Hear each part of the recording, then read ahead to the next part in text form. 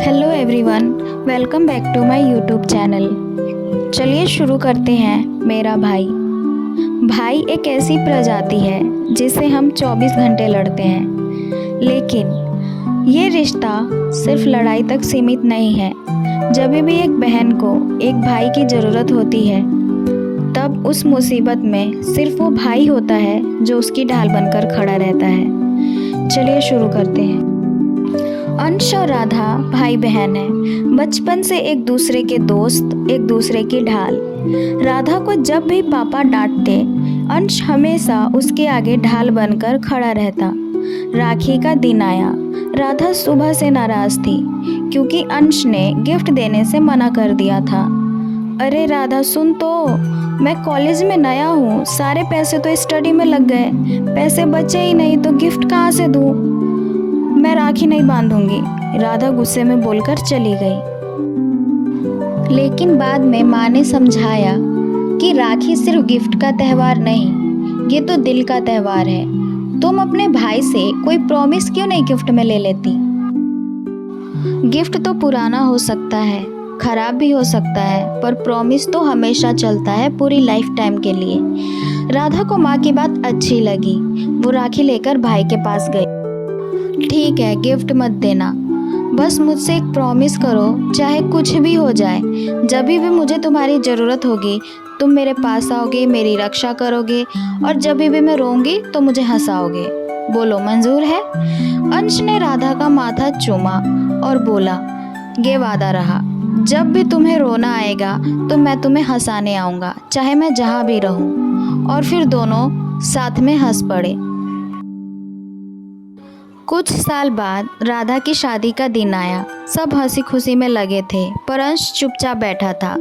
जब विदाई का समय आया, राधा ने आंखों में आंसू लिए भाई की तरफ देखा और रोते हुए पूछा, भैया, आपको अपना बचपन का वादा याद है ना? इतना सुनते ही उसकी आंखों में आंसू आ गए। अंश ने राधा को छेड़ते हुए कहा, रो मत पागल, वरना दूल्हा सोचेगा कि मेरी बहन तो बस रोती ही रहती है। राधा रोते रोते मुस्कुराई। माहौल थोड़ा सा हल्का हुआ। विदाई में राधा अंश की तरफ देखकर मुस्कुराई।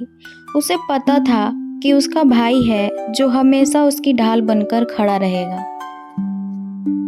शादी के बाद राधा अपने नए घर में खुश थी। एक दिन उसने रात को अपने भाई के पास कॉल किया, भैया, याद है ना आपको प्रॉमिस? अंश मुस्कुराया, अरे पागल, तू याद क्यों दिलाती है? मैं तो खुद रोज़ याद करता हूँ। और बता, तू ठीक है ना? ठीक हूँ भैया, लेकिन लगता है सब कुछ बहुत ज़्यादा बदल गया है। घर, लोग, रूटीन, बस तू ही है जो नहीं बदला, राधा ने कहा। अंश कुछ देर चुप रहा और फिर बोला, राधा, शादी के बाद बस एड्रेस बदलता है, रिश्ता नहीं। जब भी लगे कि तू अकेली है, तू बस मुझे एक कॉल कर लेना, फिर मैं आ जाऊंगा।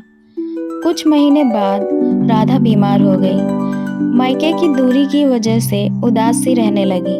अंश को पता चला तो उसने बिना सोचे समझे अपने काम से छुट्टी लिया और अपनी बहन के घर पहुंच गया।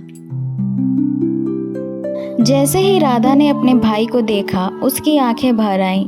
भैया, तुम सच में आ गए? अंश मुस्कुराया, अरे नहीं, मैं कहाँ आया हूँ, ये तो मेरा भूत है। और दोनों हंसने लगे। अंश ने राधा की पसंद की चॉकलेट निकाली, वही चॉकलेट जो बचपन में दोनों छुप छुप कर खाते थे। Thank you for watching. Don't forget to do like, comment and share. इस चैनल को ज़रूर सब्सक्राइब करें।